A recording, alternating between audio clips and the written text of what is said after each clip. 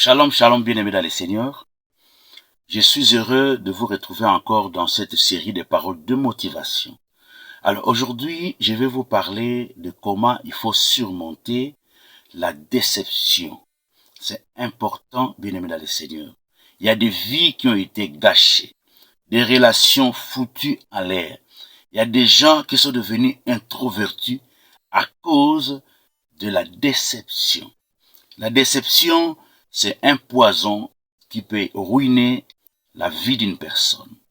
La déception, c'est comme une gangrène capable de refroidir une personne et ne plus l'empêcher de nouer de nouvelles relations. Au fait, la déception, c'est quoi? C'est lorsque quelqu'un vous fait une promesse et ne la tient pas.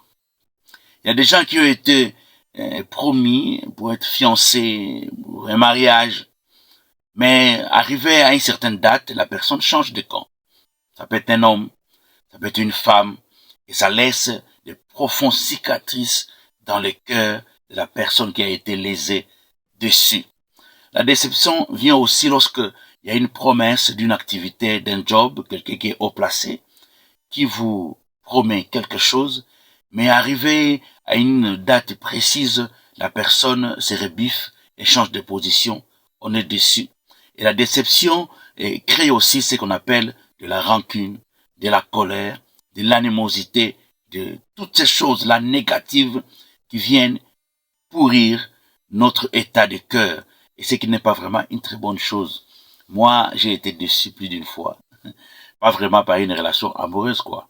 C'était plutôt les promesses, parce que je comptais beaucoup sur les hommes et ça n'a pas vraiment marché. Ça n'a pas marché, alors j'étais victime de toutes ces choses. Mais Dieu m'a aidé avec le temps à guérir, à guérir, à guérir. Alors, quelle est la solution que moi, je vous propose pour surmonter la déception?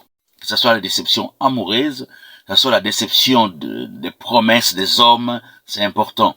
Voilà, il faut noter. C'est votre frère Josaphat Mambwene. Je suis prédicateur et chantre de Dieu. Je suis en République démocratique du Congo, précisément dans la ville historique et portière de Boma dans le Congo central. Likez déjà, abonnez-vous, ne zappez pas.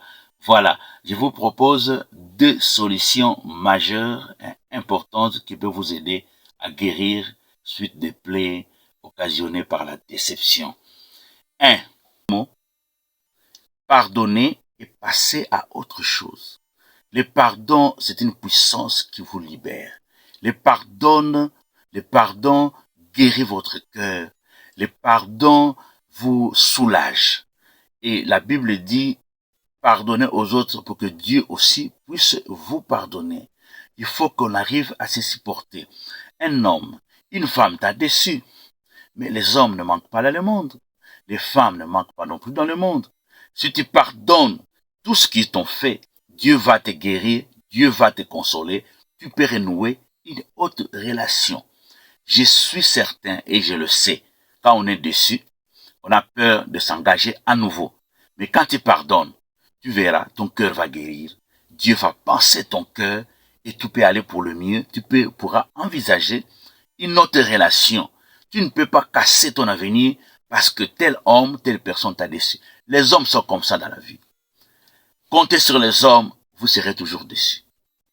Voilà déjà, je vous glisse la 2e solution pour faire face ou surmonter la déception. La Bible dit, heureux celui qui compte sur Dieu et non sur les hommes. Les hommes sont tels qu'ils sont. Tous ceux sur qui tu comptes commettent des fautes. Ils rencontrent aussi leurs propres difficultés. Moi aussi, je suis arrivé à un moment donné, j'ai promis à quelqu'un un job. Mais arrivé à la période indiquée, j'ai eu quelques difficultés. Je n'ai pas pu concrétiser cette promesse. Et c'est comme ça que fonctionnent les hommes. Compter sur les hommes, c'est bien, mais il y a beaucoup de déceptions. Il faut compter sur Dieu. La Bible dit, je connais les projets que je formais sur vous. Ce sont des projets de bonheur pour vous garantir un avenir. Vous voyez, compter sur Dieu, c'est mieux parce que lui a des projets pour nous. J'ai dit à une personne qui me suit, si les hommes t'ont déçu, même ton oncle, ton père, au placé qu'il est, il t'a déçu, viens auprès de Jésus. lui ne décevra jamais. Il a un projet pour garantir ton avenir et te donner de l'espérance. Si tu comptes sur le Seigneur, il peut t'ouvrir des portes sans passer par ton père. Il peut t'ouvrir des relations sans passer par ta sœur. Dieu peut toucher le cœur d'une personne pour t'accepter et toi et ton dossier et te donner un travail. Dieu peut toucher une personne qui va te connecter avec toi pour que tu puisses relancer tes activités. Dieu peut toucher n'importe qui parce qu'il est tout puissant. Le cœur des hommes, c'est entre les mains de Dieu. Il peut les orienter dans le sens de te donner tout ce que tu recherches. N'oublie pas, Dieu est le maître des temps et des circonstances.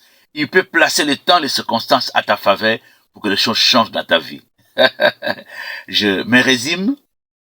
Tu veux surmonter la déception. Si c'est une déception amoureuse, pardonne, passe à autre chose. De deux, si les hommes t'ont déçu et t'ont donné des promesses qui n'ont pas tenu, compte sur Dieu qui a un projet qui te garantira un meilleur avenir et qui te donnera de l'assurance.